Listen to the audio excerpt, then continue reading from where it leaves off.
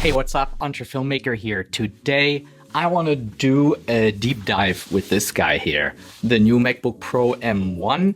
This is the max version, completely maxed out 64 gigabyte, 2 terabyte SSD. And I want to kind of do a deep dive. That's why this review is coming now. Others, have done already a few, and there's a lot of great stuff out there with benchmarks and all of the shebang. But the question is, how does it hold up actually day-to-day life? And especially when you are a person who uses the laptop professionally, like I do. Does it hold up with all the Geekbench and everybody's praising it, but day-to-day life, does it make sense to get one? And for whom is it the right one? And then the second question is, should it be 16-inch or 14-inch? I think I'm one of the few people who actually like the touch bar, so I actually miss it. There were so many small things it could do contextually that it would save me here and there 2 or 3 seconds. A website, right? You have a form, you need to put in your name, your phone number, your address, and so on. So the touch bar would, when you go to that website, automatically pre-fill together with this touch bar, the form and the website. So now I have to kind of manually fill that out, and it's annoying. There's many small little things that the touch bar contextually kind of offered a few simple solutions that I was able to shave off a couple seconds here and there. And if you take 2 and 3 seconds and multiply this by, let's say, 100, that's like 5 minutes a day. And if this is happening over a course of a year, that could be up to 30 hours that you're spending on all those small few seconds that you waste here and there. I think the keyboard is fantastic, nothing to say.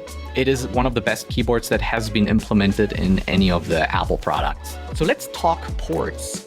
Apple was flipping back and forth. So now we have back HDMI, an SD card reader, power plug, and so on. But we are losing one Thunderbolt port, right? So the issue is, how often do you use an HDMI port? I sometimes use it, right? Through my work, screening something, an external monitor or screen and so on. But how often does that happen? Now, a Thunderbolt port perfectly could, with an adapter, could perfectly drive an HDMI monitor. So with a versatile Thunderbolt port, I rather have that extra one that I then can adapt than an HDMI port that sits there most of the time unused. What do you think about the design? I think most people praise the design, and I think, the design is not bad. I'm a little bit worried about more like design choices. Since Johnny Ive, the lead designer, is now gone for a couple years, there's a couple things that I question, like why those choices, right? A huge notch, right? The notch doesn't have anything else in than just a camera. It's not like the iPhone that has a whole array of sensors and, a LiDAR and so on. So this has only a camera. So it completely deviates from Steve Jobs' mantra, form follows function. You might think I'm really like a little bit too pingelig, but I really feel that this Apple logo is quite too big in comparison when you look at other sleeker designs from before. The Apple logo, here on the screen, when I see this here in the camera, it looks actually pretty good, but in real life, it feels dramatically too big. When you compare it to other machines, to the earlier MacBook Pros, there was always like a very sleek proportionality, let's call it, between a size and between the logo and all these different elements. Many have mentioned speed. Yes, speed is insane. And this can be really verified when you take a machine in your hand. It feels significantly different than anything you had in your hand. For example, the Intel MacBook Pro from last year had also pretty good benchmarks. But once you throw stuff at it, you open it up in Final Cut, you open a picture, maybe a screen capture software and email and music, it started to slow down, and then more and more you see the beach ball. With this one, you will hardly see the beach ball, and whatever you throw at the machine, even in its low configuration, my wife has the MacBook Air M1, nothing is hicking up, everything is just fluid and flowing, and it's really a delight to work with. So it's, I think, the first time where the speed is really palpable in day-to-day work life and usage of this machine. Remember when you had one of the MacBook Pros? Whenever you closed it, opened it, you had like those small little fingerprint lines where the keyboard touches actually the screen here when you close it. These lines become actually over time deeper and deeper, kind of almost burned into the screen. Unfortunately, they have not solved it with this version. I love MagSafe. MagSafe is great and saves my butt every day. I really love how this machine feels in your hand. It's very compact. I like that it's like the previous one was kind of very thin on the edges. And I don't know, it felt always when you had it in your hand, I was always afraid that it would kind of slip away and fall. Thank God it never did. Screen is very, very bright, sharp. I think it's even so good that you can use like basic simple color correction if you're on the road or have, work with Photoshop. I edit a lot on the road. I really need as true or close as possible to the original colors that's coming from the footage. Sound is really great.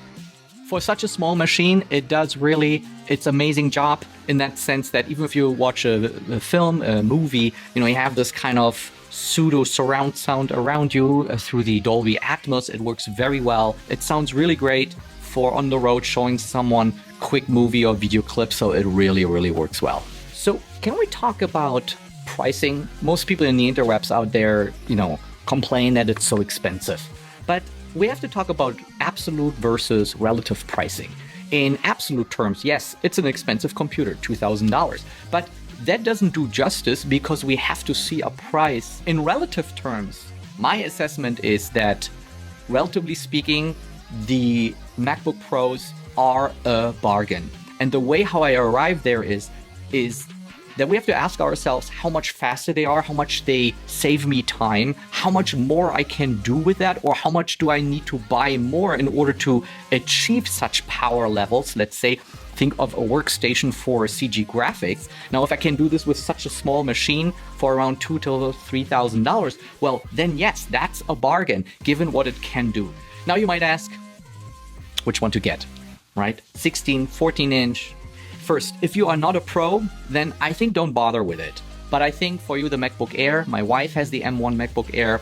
It is a superb machine. It's slightly smaller and thinner than this one. If you are reliant on your computer for your work, speed is essential. I think in general, go with the M1 Pro. That's probably for 90% of the people the right computer chip. If you're really like work graphics, heavy tasks with your computer, then the M1 Max is probably your choice. So now the question is 14 or 16 inch. If your laptop sits most of the time in the office or at home, but you don't travel around a lot with it, then get the 16 inch. You have a bigger power brick, a little bit more power, and 2-inch larger screen. However, a laptop is designed in order to take it on road trips. If you're globetrotting, visit a lot of clients, the 14-inch model is really the better alternative. And here is why. I, for myself, travel a lot. I'm on the road. I need a workhorse, and I need to have a small footprint in everything I have as possible. And therefore, the 14-inch is really preferable for me. I think that 14-inch versus 16-inch is a little bit of a difference. But when it comes to like pro applications, let's think of Adobe Premiere or Final Cut, right? Like, what does 2-inch? It doesn't give me like a whole window. But what does give me a whole window is if I use an iPad with it, because I can extend the screen wirelessly onto the iPad. So that is worth for me more to schlep around an iPad and the 14-inch MacBook Pro, so I have this larger screen real estate if I need it. And if I don't need it, I need only a laptop, then the laptop is really small. Anytime I'm in the office, I'm plugging it into 2 large monitors. So I want something on the road that's small, that has a small footprint, but it is still big enough that I have enough screen real estate to comfortably do all my work. But it's small enough that it fits in all of my bags, which it does. The 16-inch, I had 16-inch for many, many years, and it always bothered me that it was really on that cusp of not fitting or was too big, or often I didn't bother to take it out and work with it because in an airplane, it can be very squished. 14-inch is never a problem to do really a quick task. And yeah, I really like it and would suggest that you get the smaller one when you travel more than, let's say, 30-40% of your time. Then I think it's really worth it to go with a smaller footprint. These are my thoughts about the new MacBook Pro, and I hope you get something useful out of it. So till next time, see you then. Ciao, ciao.